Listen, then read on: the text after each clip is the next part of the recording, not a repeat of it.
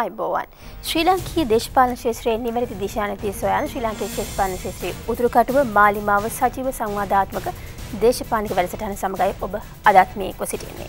ශ්‍රී ලාංකීය දේශපාලනයන් කවරදාකටත් වඩා උණුසුම්. කරලිය මත බොහෝ දේ සිදුවන අවධියක සාමාන්‍ය මහජනතාව සිදුවන හැම දේ කෙරෙහිම ඉතාමත්ම දැඩි අවධානයකින් සිටින මොහොතක අදත් අපත් සමගින් මේ කතා බහට එක්වන්නේ අධිකරණ අමාත්‍ය විජේදාස රාජපක්ෂ මහතා. ඔබතුමා බොහොම ගෞරවයෙන් සම්මාන කරගන්නවා. ආයිබෝවන්. ආයිබෝවන්. හොඳයි. ඔබතුමා වගේ නීති විශාරදයෙක් විශේෂයෙන්ම ව්‍යවස්ථා නීතිය සහ අනෙකුත් නීතිමය තත්ත්වයන් මේ සියලු දේවල් දේශපාලනයේ මේ ආශ්‍රිත බොහෝ කරුණු කාරණාවන් රසක් කතා කරන්නට මට තිබෙනවා. විශේෂයෙන්ම දැනුම ආශ්‍රිතව මේ කතා බහ අද ගොඩනගන්නට මා සූදානම් වෙනවා. හොඳයි අමාත්‍යතුමනි, දැන් මේ කතාවට ප්‍රවේශයක් ලෙස මම මෙහෙම අහුවොත්. පසුගිය ආණ්ඩුව කාලේ එක්සත් ජාතික පක්ෂයේ සිටි බොහෝ චරිත ඒ ආණ්ඩුවට සම්ප්‍රාප්ත වෙන්න බොහෝ හේතු කාරණා මවා ගත්තා. Tamanගේ වාසියට හෝ ජනතාව වෙනුවෙන් කියන්නට හෝ බොහෝ කරුණු කාරණාවන් මවා ගත්ත කලක ඔබතුමා එකී ආණ්ඩුවට නෑකම් තිබුණා වත් එක්සත් ජාතික පක්ෂයට වී කලක් සිටියා ආණ්ඩුව කරන මේ අවස්ථාව ලැබෙනකම්. දැන් ඒ කාලවකවානුව සහ අද ඔබතුමා මේ සිටින මේ භූමිකාව මේ සියල්ල අතර වෙනස දැනෙන්නේ කොහොමද? ඒක ලංකාවේ නෙවෙයි ලෝක දේශපාලන ඉතිහාසයට එකතු වෙන ප්‍රබල වෙනසක්. හේතුව අපි දන්නවා ලෝකයේ මානව ශිෂ්ටාචාරයේ බිහිවුණු දවසේ ඉඳලා ලෝකේ රාජ්‍ය පාලන ක්‍රමවේද වරින් වර නොයෙකුත් ආකාරයට බිහි වෙලා තියෙනවා. අවසාන වශයෙන් ජනතාව තමන්ට වඩාත් ගැළපෙන ක්‍රමය තමන් විසින් තමන්ව පාලනය කරගැනීමේ ක්‍රමය තමයි පිළිගත්තේ. ඒක නිසා තමයි මුළු ලෝකෙම මේ වෙනකොට ප්‍රජාතන්ත්‍රවාදී ව්‍යාප්ත වෙලා ජනතාවගේ රුචිය තියෙන්නේ ප්‍රජාතන්ත්‍රවාදී පාලන ක්‍රමයකට. දැන් ওই ප්‍රජාතන්ත්‍රවාදී පාලන ක්‍රමයේ ජනතාව විසින් ජනතාවගේ යහපත සඳහා ජනතාව විසින්ම හදාගන්න ආණ්ඩු ක්‍රමය හරහා බලයට එන උදවිය බොහෝ අවස්ථාවලදී ඒ අරමුණෙන් පිටපනිනවා. ඒක තමයි මානවයාගේ ස්වභාවය.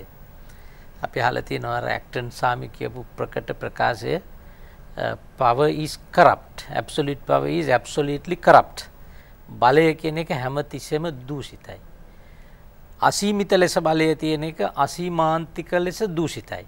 ඉතින් මේක නිසා මේ ප්‍රජාතන්ත්‍රවාදී ප්‍රවාහය තුළ ඒ ක්‍රමවේදය ආරක්ෂා කරන මූලධර්මයේ විදිහට තමයි නීතියේ ආධිපත්‍ය රකින්න ඕනයි කියන සම්මුතිය ලෝකේ පුරා පිළි අරගෙන තියෙනවා. ඒතොර නීති ආධිපත්‍ය රැකීමේ අර්ථය තමයි කාගේවත් පුජ්‍යලයකගේ හෝ පුජ්‍යල කණ්ඩායමකගේ ආධිපත්‍ය පිළිගන්නේ නැහැ. අපි පිළිගන්නේ අප විසින් හදාගත්ත නීති ආධිපත්‍ය. දැන් ප්‍රජාතන්ත්‍රවාදයේ පවතින නීති ආධිපත්‍ය තියෙන්න ඕනේ. නමුත් අපේ රටේ විතරක් නෙවෙයි ලෝකේ බොහොම රටවල් වල ඔය බලය ඒ අරමුණ වෙනුවෙන් ගත්තට ටිකක් කල් යනකොට බලයට කෑදර වෙනකොට බලය පිළිබඳ තෘෂ්ණාව ඇති වෙනකොට ධනය පිළිබඳව තෘෂ්ණාව ඇති වෙනවා. ධනය පිළිබඳ තෘෂ්ණාවත් එක්ක හැමතිස්සෙම පීලපන්නවා. ඉතින් ඕක රැක ගැනීම සඳහා තමයි ආණ්ඩු ක්‍රම ව්‍යවස්ථා කියලා එකක් හදලා තියෙන්නේ. ඉතින් සමහර වෙලාවට මේ ව්‍යවස්ථාවේ ප්‍රතිපාදනම ඊ타ත්ම සූක්ෂම විදිහට කෛරාටික විදිහට සමහරු පාවිච්චි කරලා නීති ආධිපත්‍ය යට කරගෙන තමන්ගේ ආධිපත්‍ය පවුලේ ආධිපත්‍ය කණ්ඩායමකගේ ආධිපත්‍ය හදාගන්න ක්‍රමවේදවලට යනවා. ඉතින් අපේ 1978 ආණ්ඩු ක්‍රම ව්‍යවස්ථාව ඒ සඳහා ඊටා පහසු ප්‍රවේශයක් ලබා ගන්න පුළුවන් තනි ඒකාධිපතියේ හැදීමේ බලතල වලට විවර වෙච්ච ආණ්ඩු ක්‍රමයක් බවට පරිවර්තනය වෙලා තිබුණා. ඒ යටතේ තමයි අපිම දීර්ඝ කාලයක් තිස්සේ සටන් කරලා ගෙනාපු චන්ද්‍රිකා බණ්ඩාරනායක ජනාධිපතිතුමියගේ කාලයත් පසු කරලා අපේම අසල්වැසි මහින්ද රාජපක්ෂ ජනාධිපතිතුමාව ගෙනල්ලා මහ විශාල බලාපොරොත්තු පොදියක් අපේ රටේ අපේ විතරක් නෙවෙයි ජනතාවගේ තිබුණා. නමුත් එතුමාගේ ආණ්ඩුව ඇල්ල මාස 2ක් වගේ කාලයක් යනකොට මම දැනගත්තා කවදාවත් මේ රටේ ජනතාවගේ සුබසිද්ධිය වෙනුවෙන් නම් ඒ ඉලක්කය ඔහුගේ නෑ කියලා. ඔහුට ඉලක්කයක් තිබුණත් එහෙම ගෙනියන්න ඉඩ නොදෙන කණ්ඩායමක් ඔහු වටා හිටියයි කියන කාරණේ සනාත වුන නිසා තමයි මම මාස 5ක් වගේ කාලයක් තුල එතුමාගේ අමාත්‍ය මණ්ඩලයෙන් ඉල්ලාස් වෙලා විපක්ෂයට ගිහිල්ලා ස්වාධීනව දීර්ඝ කාලයක් කටයුතු කරා. ඔබ කියපු විදිහටම විපක්ෂයෙන් ආණ්ඩු පක්ෂයෙන් විපක්ෂයට ගියපු එක මන්ත්‍රීවරයෙක් වශයෙන් මම සිටියේදී විපක්ෂයෙන් බිලිබා ගැනීමේ ක්‍රමයටතේ 61ක් අවසන් වෙනකොට එක්සත් ජනතා නිදහස් සන්ධානය එකතු කරගෙන තිබීම මත අපේ රටේ ඇතිවෙච්ච දේශපාලන විකෘතිය නිවැරදි කරන්න කියලා තමයි මේ සැරේ අපිට ජනතාව බලය දුන්නේ වර්තමාන ජනාධිපතිගේ නායකත්වයේ යටතේ. එදා ඔබ ගත තීරණය ගැන අද වන විට ඔබට සෑහීමකට පත්වන්නට පුළුවන්. මම මගේ ජීවිතේ තාම මට පසුතැවීමට ලක් වෙන තීන්දුව තාම අරන් නැහැ. දේශපාලනෙත් එහෙම අනිත්‍යත් එහෙම. හොඳයි. දැන් අමාත්‍යතුමනි මේ පසුගිය ජනාධිපතිවරණය හරහා නොයෙකුත් සංකල්ප කරලියට ආවා.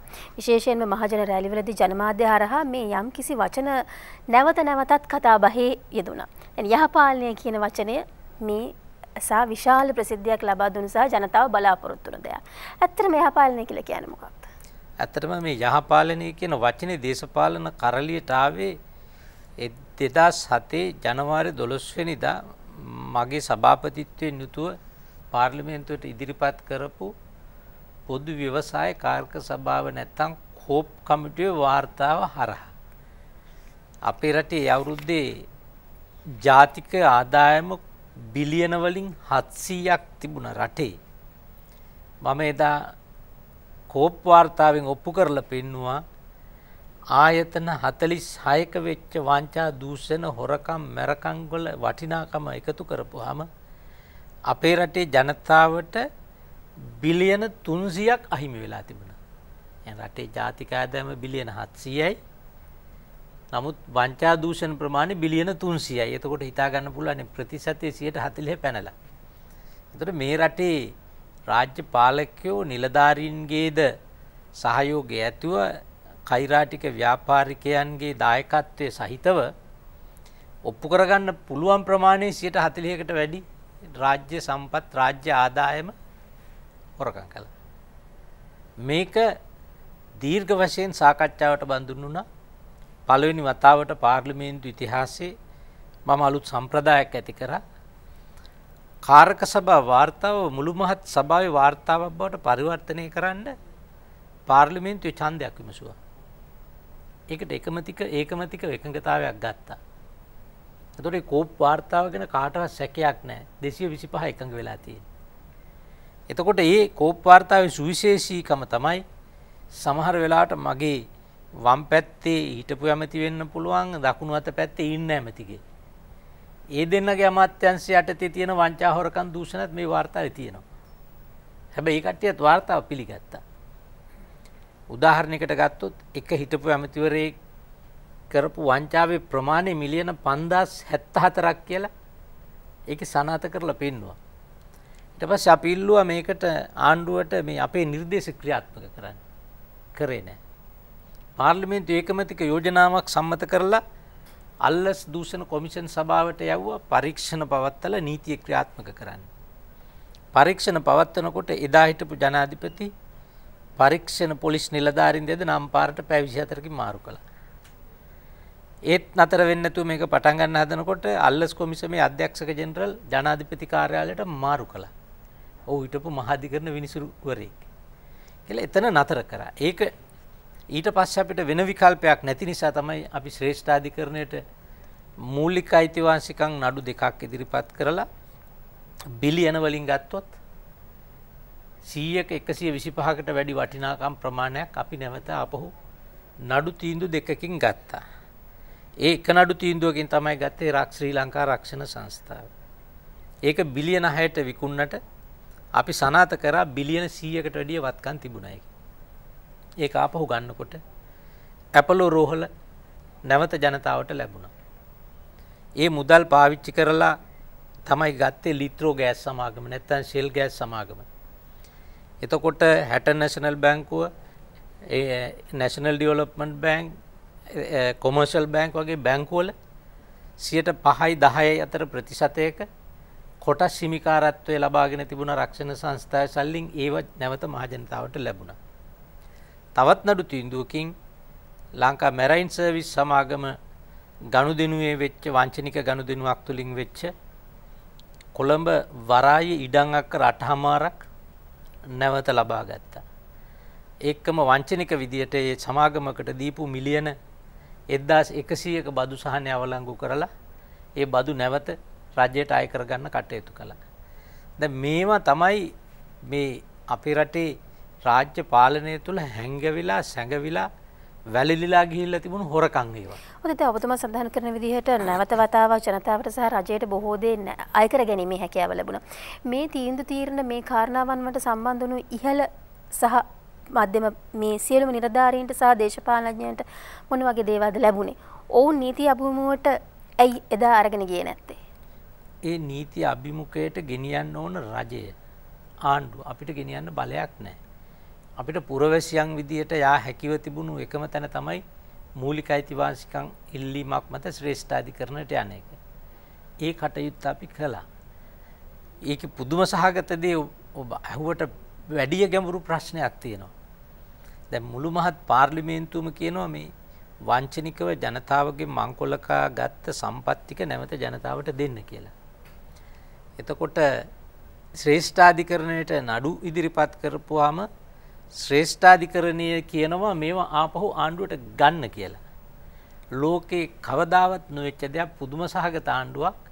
ඒ ආණ්ඩුව වෙනුවෙන් පිණී හිටපු එදා නීතිපති මොහන් පීරිස් නීතිපතිතුමා ශ්‍රේෂ්ඨාධිකරණේ අවුරුදු 2ක් කාලය නාස්ති කරා. ශ්‍රේෂ්ඨාධිකරණය කියනවා ජනතාවට ගන්න ආණ්ඩුවට ගන්න. පාර්ලිමේන්තුව ඒකමතිකව අනුමත කරලා තිනවා මේ නීතිපතිතුමා ගිහිල්ලා ආණ්ඩුව වෙනුවෙන් තර්ක කරා අපිට මේක එපා කියලා. ආණ්ඩුවට එපා කියලා. නමුත් ශ්‍රේෂ්ඨාධිකරණය එදා නිර්භීතව තීන්දුවක් අරගෙන එදා හිටපු භාණ්ඩාගාරේ ලේකම්ට ලක්ෂ 5ක් රජයේ ගාස්තු ගෙවන්න කියලා නියම කරලා පැය 24ක් ඇතුළත රජයේ සේවයෙන් එළියට දැම්මා. මින් මත්තට රජයේ කම්කරු තනතුරක්වත් දැරීමට ඔහුට සුදුසුකම් නැහැ කියලා. හැබැයි එදා ආණ්ඩුව මොකද කරේ?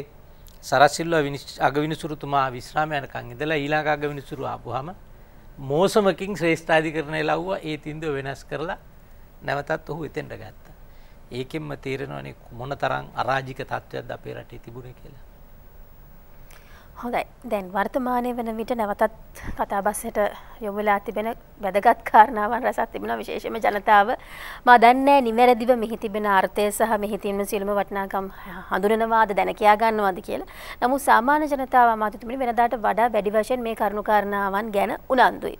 විශේෂයෙන්ම දැන් ඔබතුමා සඳහන් කරන ඔය කාලේ වකවානුවේ සිදුණු වංචා සහ දූෂණ මේවා ගැන ජනතාවට තිබුණු අවබෝධයට වඩා අද වන විට මේ තත්ත්වය ප්‍රබලයි. දැන් 19 වෙනි ව්‍යවස්ථා සංශෝධනයේ 20 වෙනි ව්‍යවස්ථා සංශෝධනයේ මේ දේවල් ගැන ජනතාවට ඉතාමත්ම දැඩි අවධානයක් තිබෙනවා සහ බලාගෙන සිටිනවා. දැන් 19 වෙනි ව්‍යවස්ථා සංශෝධනය සමත වුණා. දැන් මෙතනින් ඉවරද? අපි මීට වඩා යමක් බලාපොරොත්තු වෙන්නේ නැද්ද? මම හිතන්නේ දැන් එතනින් ඔබට කතා කරන්න කලින් මම පිළිගන්නවා ඔබ මතු කරපු කාරණය මේ දැන් ඇත්තටම රටේ ජනතාවට මේ 19 කියන්නේ මොකක්ද කියලා හරිම අවබෝධයක් තියෙනවද? එහෙම ප්‍රශ්නයක් තියෙනව නේද?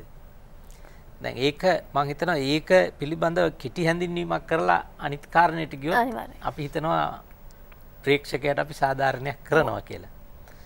දැන් ආණ්ඩු ක්‍රම ව්‍යවස්ථාවේ තියෙන්නේ බල තුලනයක්. මේ බල තුලනය නැත්තම් ජනතාවගේ අයිතිවාසිකම් රැකෙන්නේ නැහැ. ආණ්ඩු ක්‍රම ව්‍යවස්ථාවක් නිර්මාණය කරන්නේ අරමුණු තුනක් ඇතුව. පළවෙනි එක තමයි ජනතාවගේ පරමාධිපත්‍ය අයිතිය අර්ථ නිරූපණය කිරීම සහ සුරක්ෂිත කිරීම. පළවෙනි එක පාලක වෙනුවේ ජනතාව. දෙවෙනි කාරණය තමයි ඒ අයිතිවාසිකම් ආරක්ෂා කිරීම වෙනුවෙන් රාජ්‍ය අංශයේ ඇති කරනු ලබන අංග ඒජන්සි ඒ ආයතන කුමක්ද කියලා නිර්වචනය කිරීම සහ ඒවාට අයත් බලතල කුමක්ද කියලා නිර්වචනය කිරීම. තුන්වෙනි කාරණය තමයි අපි කියන්නේ ලෙජිටිමේට් ගවර්න්මන්ට්. ඒ කියන්නේ නීත්‍යානුකූල ලෙස ආණ්ඩුව කරවන බවට දෙන සහතිකය සහ ඊට අනුගමනය කර යුතු ප්‍රතිපාදන කුමක්ද කියලා. දැන් මේ තුන එකට මේ අරමුණු තුන වෙනුවෙන් තමයි ආණ්ඩු ක්‍රම ව්‍යවස්ථාව හදන්නේ. ප්‍රජාතන්ත්‍රවාදය තුල ඒක හදනකොට ඒක සමූහ ආණ්ඩුවක් වෙන්න පුළුවන්. ඒකී ආණ්ඩුවක් වෙන්න පුළුවන්. ඒක ෆෙඩරල් ක්‍රමයට තියෙන කොන්ෆෙඩරේෂන් කියන ඒ ක්‍රමයට යන එකක් වෙන්නත් ආණ්ඩු අපි කියන්නේ ෆෙඩරල් කියන්නේ මේ බලය විමුක්තගත. නෑ ෆෙඩරල් කියන්නේ මේ ප්‍රාන්තවලට බලය වෙන් කරපු ආණ්ඩු වෙන්න පුළුවන්. ප්‍රාන්තවලට බලය වෙන් කරලා ඒුන්ගෙන් ඉවත් වීම සඳහා තිබෙන කොන්ෆෙඩරල් ක්‍රමය වෙන්නත් පුළුවන්. මේ මොන ක්‍රමයේ හැදුවත් දැන් එංගලන්තයේ ගත්තොත් මහා බ්‍රිතාන්‍යය ගත්තොත් අලිඛිත ව්‍යවස්ථාවක්. මේ කුමන ක්‍රමයක ගත්තත් ආණ්ඩු ක්‍රම ව්‍යවස්ථාවේ අරමුණ ඒකයි. ඒක ආරක්ෂා වෙන්න නම් බල තුලනයක් තියෙන්න ඕනේ. ඒ කියපු ආයතන අතරින් ප්‍රධාන ආයතන තුන විදියට සලකන්නේ ව්‍යවස්ථාදායකයේ විධායකයේ අධිකරණය. හැබැයි ඒදා අපි ඉගෙන ගත්ත දේශපාලන විද්‍යාව දැන් වෙනස් වෙලා. අද ලෝකයේ ප්‍රජාතන්ත්‍රවාදය තුළ දේශපාලන විද්‍යාඥයෝ මේක පිළිගන්නේ නැහැ හරි කියලා. අපි පිළිගන්නේත් නැහැ. ඒ සඳහා අද අලුතෙන් අංග දෙකක් එකතු වෙලා තියෙන එකක් තමයි ඒ රටේ නිදහස් මාධ්‍ය. අනිත් කාරණේ තමයි පාටිසිපේටරි ඩෙමොක්‍රසි නැත්නම් ජනතා සහභාගීත්වය. දැන් ඒ පහ සම්පූර්ණ වුණොත් තමයි ඉස්සර කිව්වේ අර කලින් කියපු කුළුණු තුල මත රඳාපවතින රන්දෙවලේ කතන්දරේ දැන් නැහැ. දැන් තියෙනවා කුළුණු පහක්. එතකොට දැන් මේ බලතල ඒ ආයතනවලට විමධ්‍යගත වෙලා තියෙන ආකාරය අනුව ජනතාවගේ අයිතීන් සුරකෙන ප්‍රමාණය නිර්ණය කරගන්න පුළුවන්. දැන් අපේ රටේ විධායක ජනාධිපති ක්‍රමය නිර්මාණය කරනකොට අපි දැක්කා ඒ විධායක ජනාධිපති කියන විධායකයේ ප්‍රධානියට පුළුවන් ව්‍යවස්ථාදායකයයි අධිකරණයයි ගිල ගැනීමේ බලයක් තියෙනවා. ඒ තරම් ඒක අසීමිත බලයක්. ඒ බලය කොච්චර අසීමිතද කියලා කියනවා නම් ඒ ව්‍යවස්ථාව හැදුවේ ප්‍රංශයේ චාල්ස් ඩිගෝල් ජනාධිපතිවරයා හැදපු ගෝලි සිස්ටම් එක යටතේ මහාචාර්ය ඒ.ජේ. විල්සන් හැදුවා. ඊට කලින් විධායක ජනාධිපති ක්‍රමය ක්‍රියාත්මක වුණා ජෝර්ජ් වොෂින්ටන්ගේ ඉඳලා ඇමරිකා එක්සත් ජනපදයේ 1776 ඉඳලා මේ සියලු ආණ්ඩු ක්‍රම ව්‍යවස්ථා අරගෙන බලපුවාම ලෝකේ වැඩිපුරම බලතල තියෙන ජනාධිපතිවරයා නිර්මාණය වෙන්නේ 1978 ආණ්ඩු ක්‍රම ව්‍යවස්ථාවේ ලංකාවේ ජනාධිපතිවරයා. ඉතින් මේ හරහා කොතෙක් දුරට මේක වර්ධනය වුණාද කියනවනම් එක දුරස්ථ පාලකයෙක් බොත්තමක් ඔබලා පාර්ලිමේන්තුවේ තමන්ගේ කණ්ඩායම පහුගිය කාලේ 161ක් හිටියා. ඒ 161ම මේ බොත්තමකින් බොත්තම ඔබනකොට අත උස්සන්න දානකොට පල්ලෙහාට දාන්නත් පුළුවන් තත්යකට හැදිලා තිබුණා. ශ්‍රේෂ්ඨාධිකරණයේ දුරකථනය මගින් පාලනය කිරීමේ ක්‍රමවේදයකට ඇවිල්ලා හිටියා. ඒ සියලු ක්‍රියාදාමය තුළ යුද්ධ කාලයට තිබුණ කාලෙට වැඩි අපේ රටේ යුද්ධයේ අවසාන වෙලා ගත වුණු අවුරුදු 5 විශාල භීෂණයක් තිබුණා. මෙහෙම කතා කරන්න බැරි තත්ත්වයක් තිබුණා. මාධ්‍ය වලට ඇවිල්ලා අදහස් ප්‍රකාශ කරන්න බැරි තත්ත්වයක් තිබුණා. සුදු වෑන් සංස්කෘතියක් තිබුණා. මාධ්‍යවේදීන් ඝාතනය කරන සංස්කෘතියක් තිබුණා. මාධ්‍යවේදීන් රට හැතෑරලා ජීවිත බේර ගැනීම සඳහා 80ක් 90ක් පිටරට විදේශගත වෙලා හිටියා. ඉතින් ඒක නිසා දැන් ඒ තත්ත්වෙන් මුදව ගන්න රට අපිට විශාල අවදානම් ගමනකට අවතීර්ණ වෙන්න සිද්ධ වුණා. හොඳයි මතුමනේ දැන් මේ 19 වෙනි ව්‍යවස්ථා සංශෝධනය හරහා විශේෂයෙන්ම මතුවන කරුණක් තමයි ජනාධිපතිවරයා සහ අගමැතිවරයා කියන මේ භූමිකාව. දැන් මේ ව්‍යවස්ථා සංශෝධනය හරහා මේ භූමිකා දෙක අතර බල තුලනයක් ඇති වෙනවද? එසේතම මේ බලතල අඩුවීම සහ වැඩිවීම කෙසේද අපි හඳුනගන්නේ? විශේෂයෙන්ම රටේ සාමාන්‍ය ජනතාව. රටේ මේ මාධ්‍ය හරහා රටේ ජනතාවට විශාල වැරදි මත ගණනාවක් මේ ගියා. ජනතාව වැරදි විදියට තේරුම් ගත්තා. ඒක සමහර දේශපාලඥයෝ කියන විදියට සමහර මාධ්‍ය ආයතනයේ පිළිබඳව පණිවිඩය දෙන ආකාරයේ තියෙන දෝෂසහගත තත්වයක් නිසා. දැන් මම මේ පිළිබඳ නිවැරදි කිරීම දෙකක් කරන්න ඕනේ. එකක් තමයි අපේ මාධ්‍යවල පුවත්පත්වල සමහර වෙලාවට ප්‍රධාන මාතෘකාව විධායකය අහෝසි කිරීම. නැත්තම් විධායක ජනාධිපති ධූරය අහෝසි කිරීම. දැන් පුළුවන් ද රටක විධායකය අහෝසි කරන්න?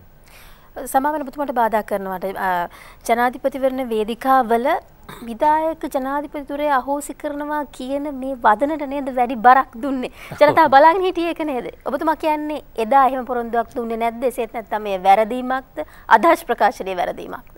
නෑ මම කියන්නේ මේ කාග්‍යවත් දෝෂයක් කියන එකම නෙවෙයි. මෙතනින් කියන්නේ ඒ මතයේ ඒ පණිවිඩය ජනතාවට දීමේදී ඒ දීපු ක්‍රමවේදය වැරදි. පාවිච්චි කරපු වචන වැරදි.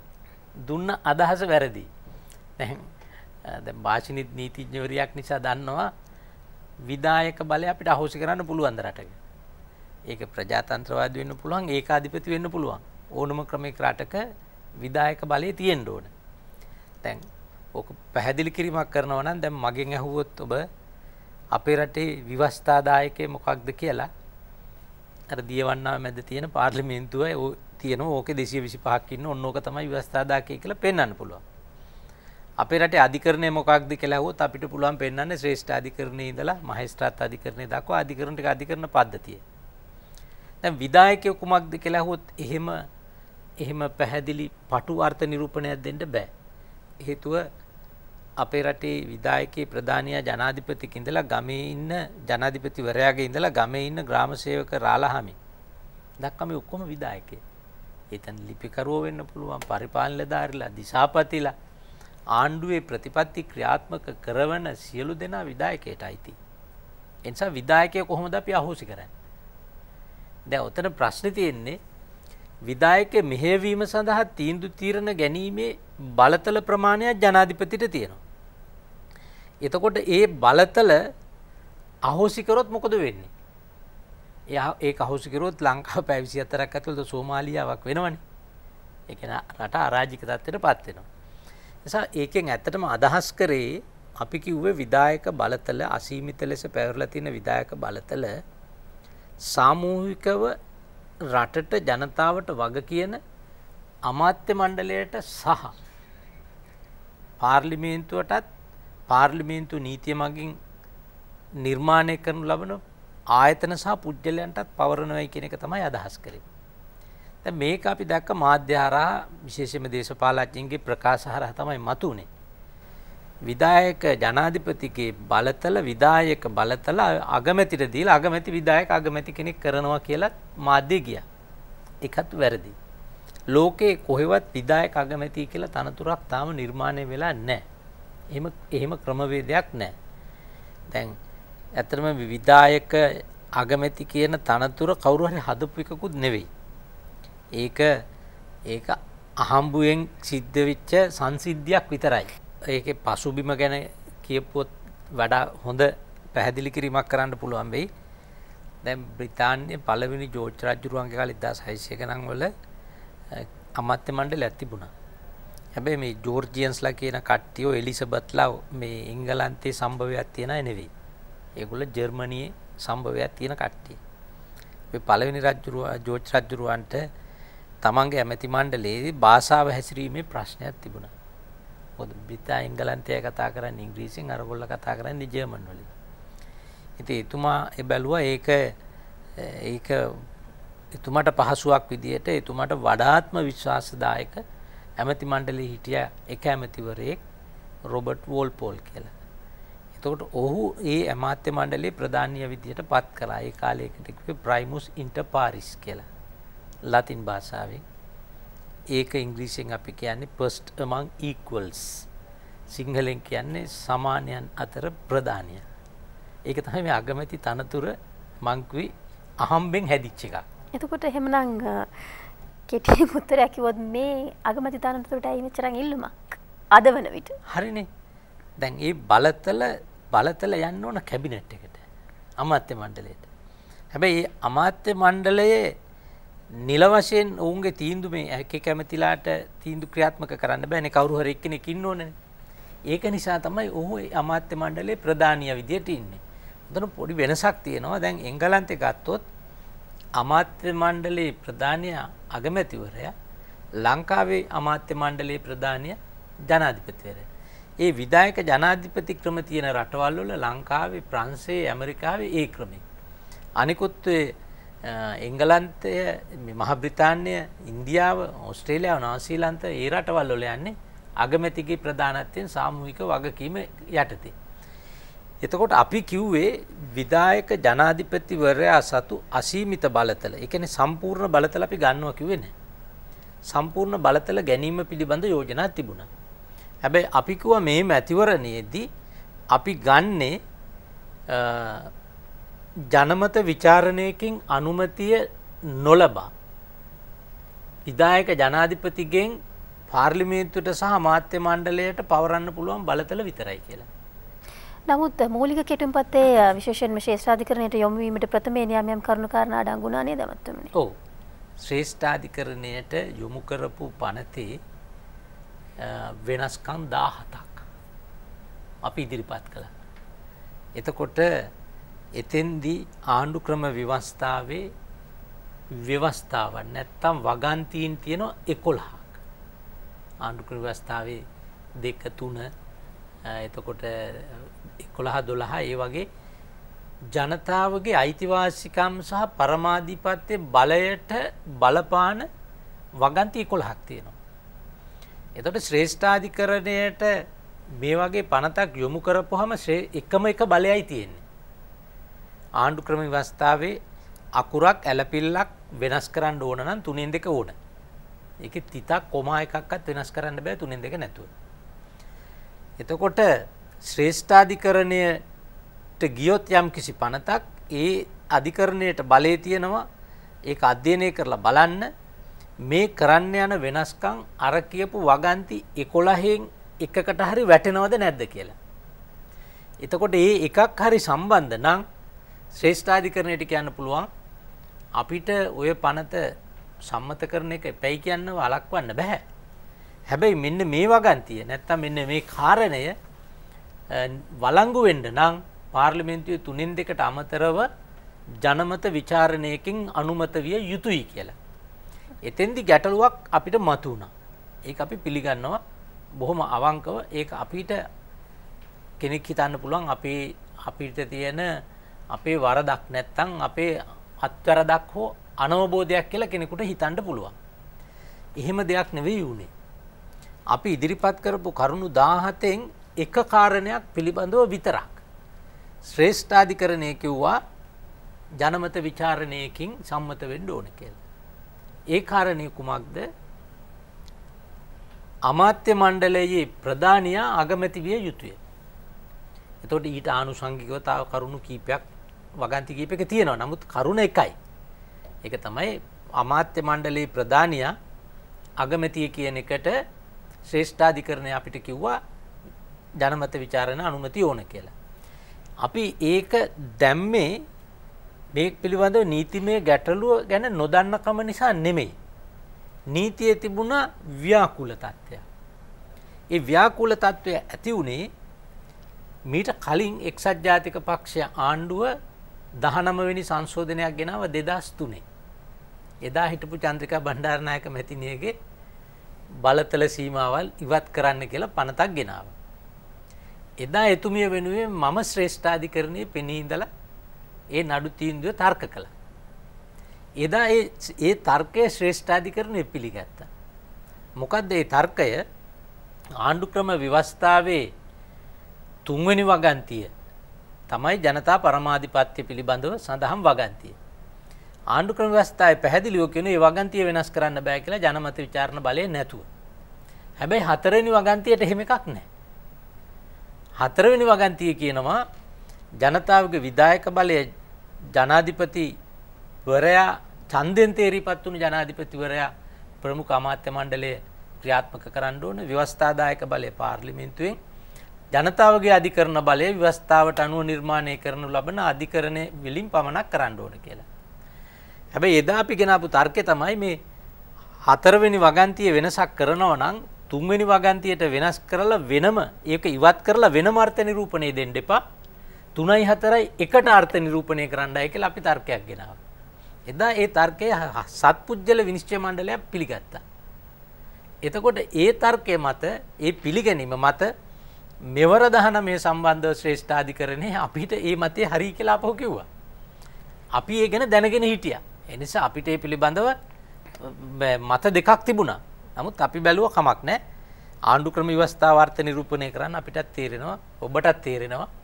හැබැයි අපි දන්නවා අපි කාට තේරුණත් අපි අර්ථ නිරූපණ මොනවා ඉදිරිපත් කරත් අවසානයේ වළං වෙන්නේ ශ්‍රේෂ්ඨාධිකරණය කරන අර්ථ නිරූපණය විතරයි. ඒක නිසා අපි බොහෝම ප්‍රජාතන්ත්‍රවාදී විදියට හෙජින් ගනුදෙනුවේ ශ්‍රේෂ්ඨාධිකරණය ඉවපුවාම ජනාධිපති කාර්යාලයේ කුණු කූඩට දැම්ම වගේ අපි දැම්මේ නැහැ.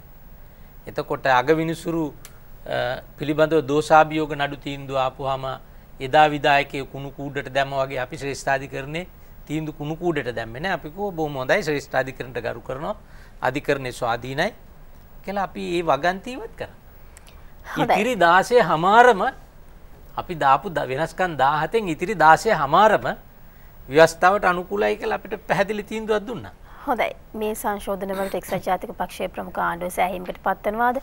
මේ ආදී බොහෝ කරුණු කාරණාවන් මේ විරාමයෙන් අනතුරු අපි කතා බස් කිරීමට සූදානම්. රැඳෙන අප සමගින් මේ හුදු දේශපාලන සාකච්ඡාවකින් ඔබට ගිය ඉතා වැදගත් යමක්.